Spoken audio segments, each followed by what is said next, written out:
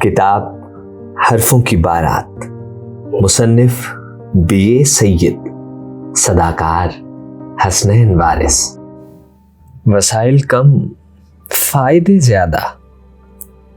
ایک غریب کسی امیر کی نسبت گناہ کم کرتا ہے، اس لیے کہ اس کے پاس وسائل کم ہوتے ہیں۔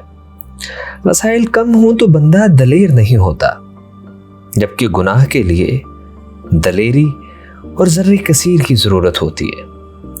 وہ شراب اس لیے نہیں پیتا کہ وہ اسے خرید نہیں سکتا، وہ کسی کے ساتھ جھگڑتا اس لیے نہیں کہ اسے فکر معاش سے فرصت ہی نہیں ملتی، جبکہ عمرا اس کی نسبت دھن دولت کے مان پر ایسے ایسے کام کر جاتے ہیں جن سے ضمیر کی چیخیں نکل جاتی ہیں۔